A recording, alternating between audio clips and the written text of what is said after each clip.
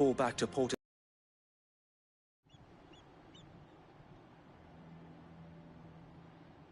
I wouldn't almost have been hanged by the city guard for trying to sneak over the wall.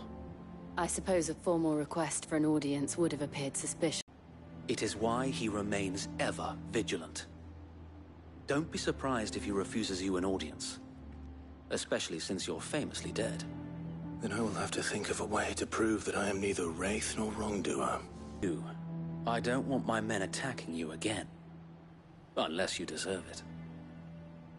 If only Sir Tyler could have been here to see you.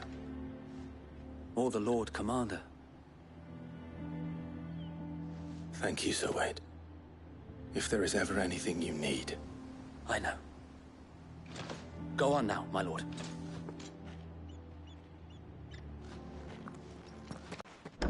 How accommodating. Do you really think they believe we are who we say we are? Not a chance.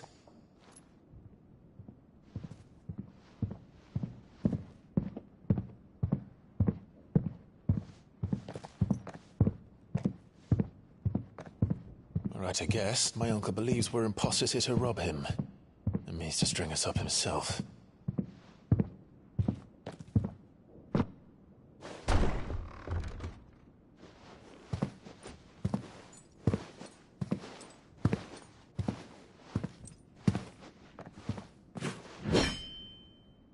Imagine my surprise when I was told my nephew had come to visit.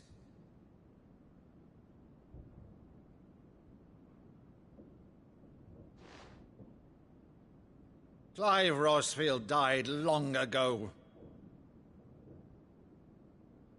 And for uttering his name here, you shall pay. It is I, Sir Crandall of Camelot, loyal servant to Her Serene Holiness, Saint Sybil the Unshod. Meadow, thou vile sorcerer, for thy crimes against church and crown, I shall have thy head.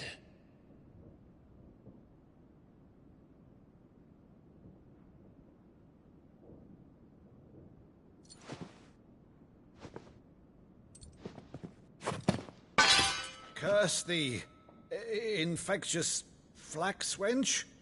Even in death, must thou plague me still? Very well. I shall open the gates of hell, that thou might see thy charge once more.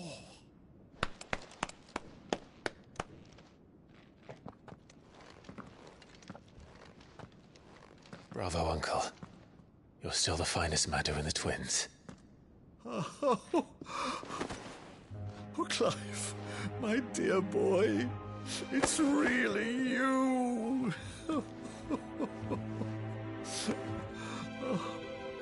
You always were fond of that scene from The Saint in the Sanctuary. Never did let me play Sir Crandall.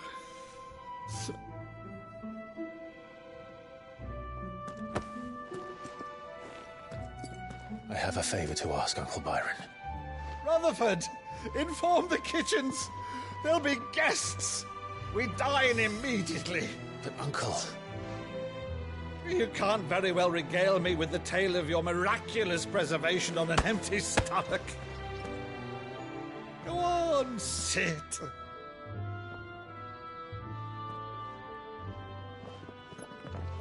See that you use the good plates, Rutherford.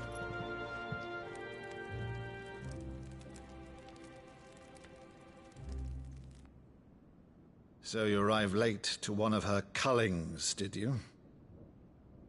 Since becoming Vicereine, Annabella has been a constant thorn in Rosaria's side, but these atrocities are a new low. Something has changed. Quite what, I don't know, but the woman we knew is gone, and a monster sits in her place. A monster? For better or worse, I've been charged with governing this town, and thus must maintain the illusion of obedience. That's all I can do to aid Wade and his merry band of revolutionaries. So he's told us. You have risked much for Rosaria. Our nation will be forever in your debt.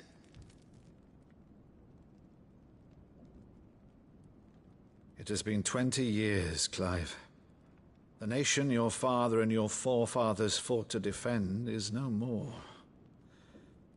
Perhaps it would be otherwise had I the courage of my brother.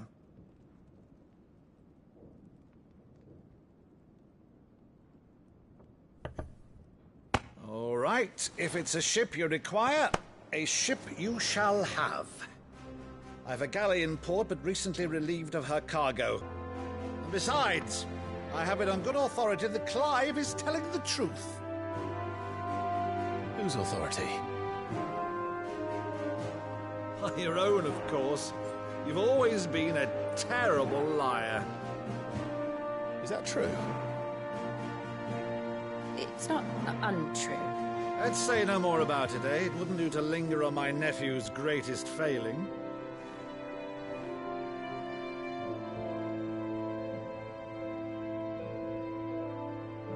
The one thing I cannot believe, though, is all this about you being Sid. You were always such a good boy, but now you're quite the outlaw. Which, if I'm not mistaken, would make me an outlaw's uncle. Right then, who shall we pillage first? Rutherford, fetch me my cutlass. This will be fun.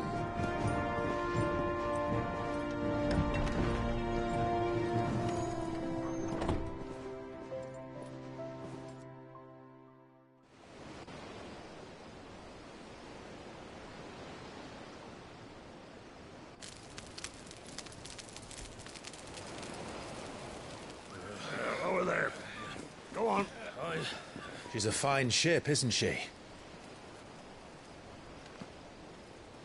Once outfitted, she'll bear us across the boiling sea to Drustinus in the space of 3 days.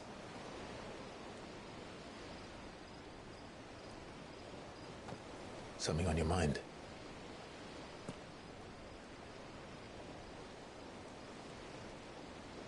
Monsters.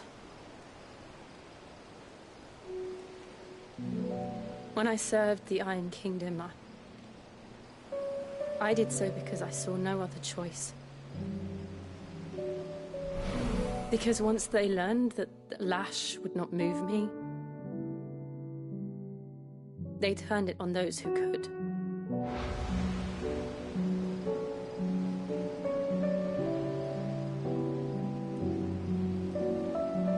And so I became their puppet.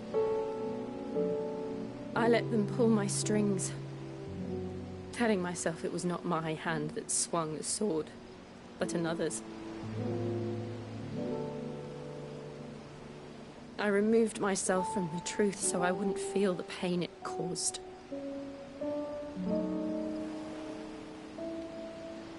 And before I knew it, I no longer felt anything. Anything at all.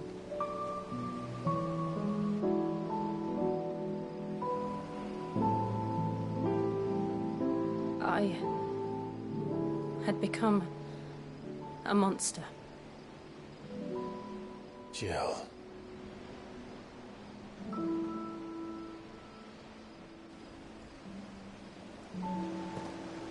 I don't want to be a monster, Clive. Do you understand? I want to choose a different path, a better path. To live on my own terms. But before I can do that, I need to come to terms with my past.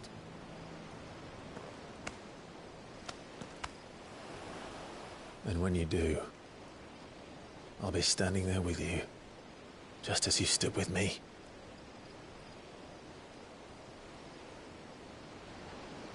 Thank you, Clive.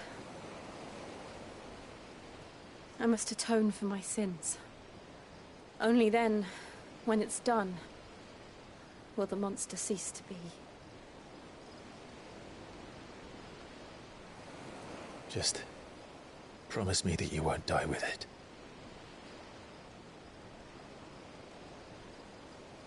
Now, let's get some sleep.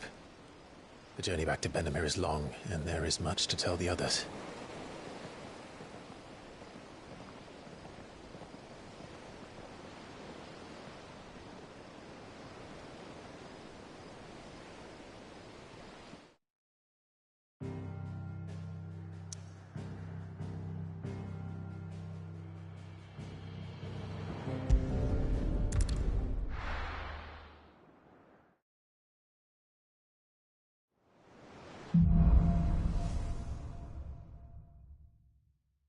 Only the Founder knows what awaits us in the Iron Kingdom. But Vivian could probably make an educated guess.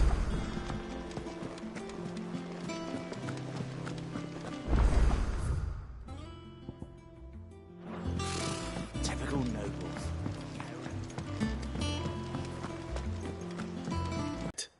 You'll soon be setting sail for Drake's Breath then, I take it. The mother crystal that rises from the boiling sea. There was a time when a true-blooded Rosarian had only to brave the waves to visit it. But then the Ironblood made their move.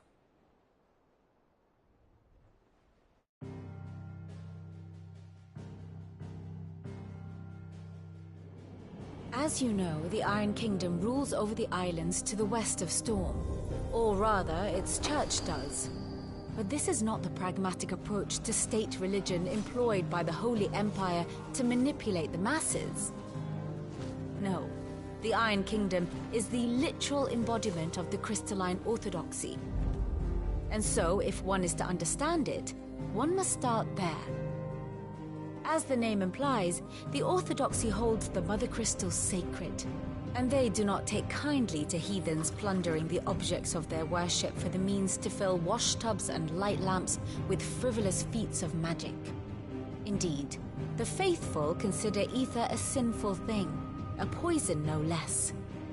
And to them, a dominant is an instrument of evil, albeit one they have proven only too happy to turn against their enemies. Some 80 years ago in Northern Storm, Drake's eye collapsed. Soon after, in pursuit of ether and with the Blight at their backs, the Northern Territories descended upon the Grand Duchy of Rosaria. And when the Shields of the Flame marched north to meet them, the Iron Kingdom spied an opportunity. A few short days later, the Crusaders landed on the island of Mount Justanus, home of Drake's Breath, and plucked it from the Duchy's grasp. Rosaria tried to reclaim it, of course, but to no avail. I doubt more than a handful of Duchy men have set foot on its shores in your lifetime. Nor are they like to again, under the Empire's stewardship, meaning the Iron Blood will keep their island, and with it, the foothold they need to march on mainland soil when next they spy an opportunity.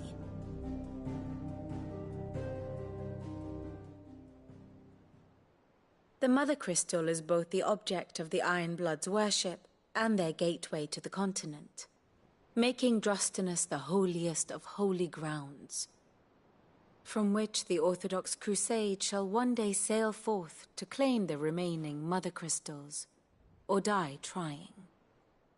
My father and my grandfather both traded blows with the Iron Blood for control of Drake's Breath. Had things unfolded differently at Phoenix Gate, we would have sent our entire fleet against them. But instead, they sent their fleet against Rosaria, sacked the capital, killed the men, and captured the women, including Jill. I'd say you'd be forgiven for wanting a little revenge, Clive. My only aim is to destroy the Mother Crystal. But thank you all the same. Not much else to do here. Let's see if Jill's ready.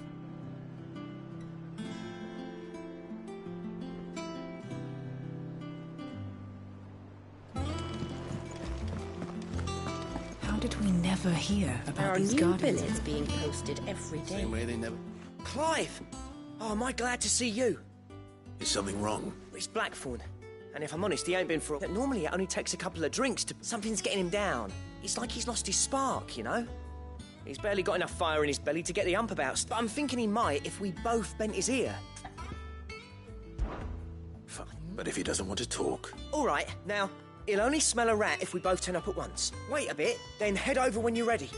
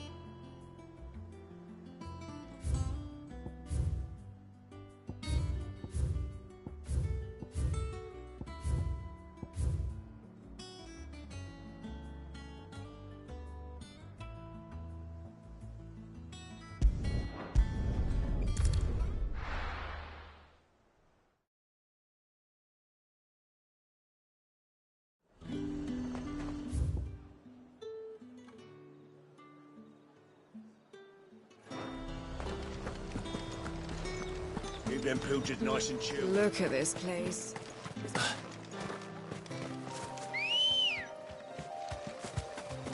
Come on. Fly, Ambrosia.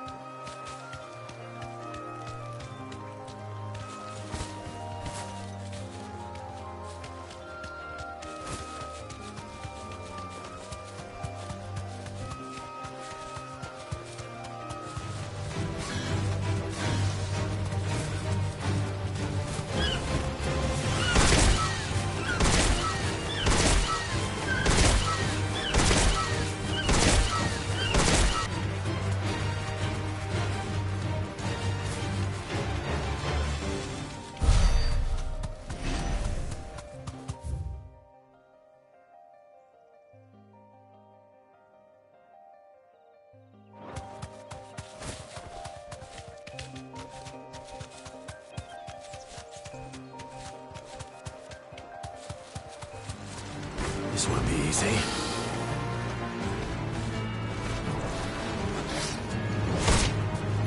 Thanks, Cal.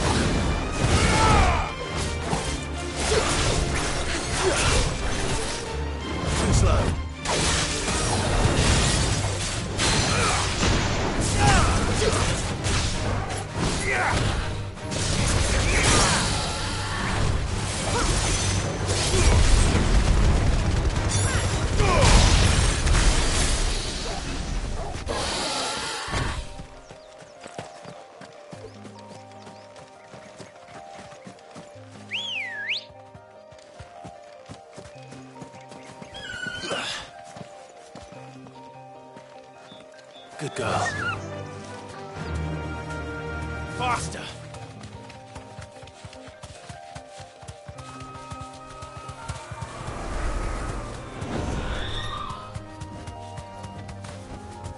Straight home now.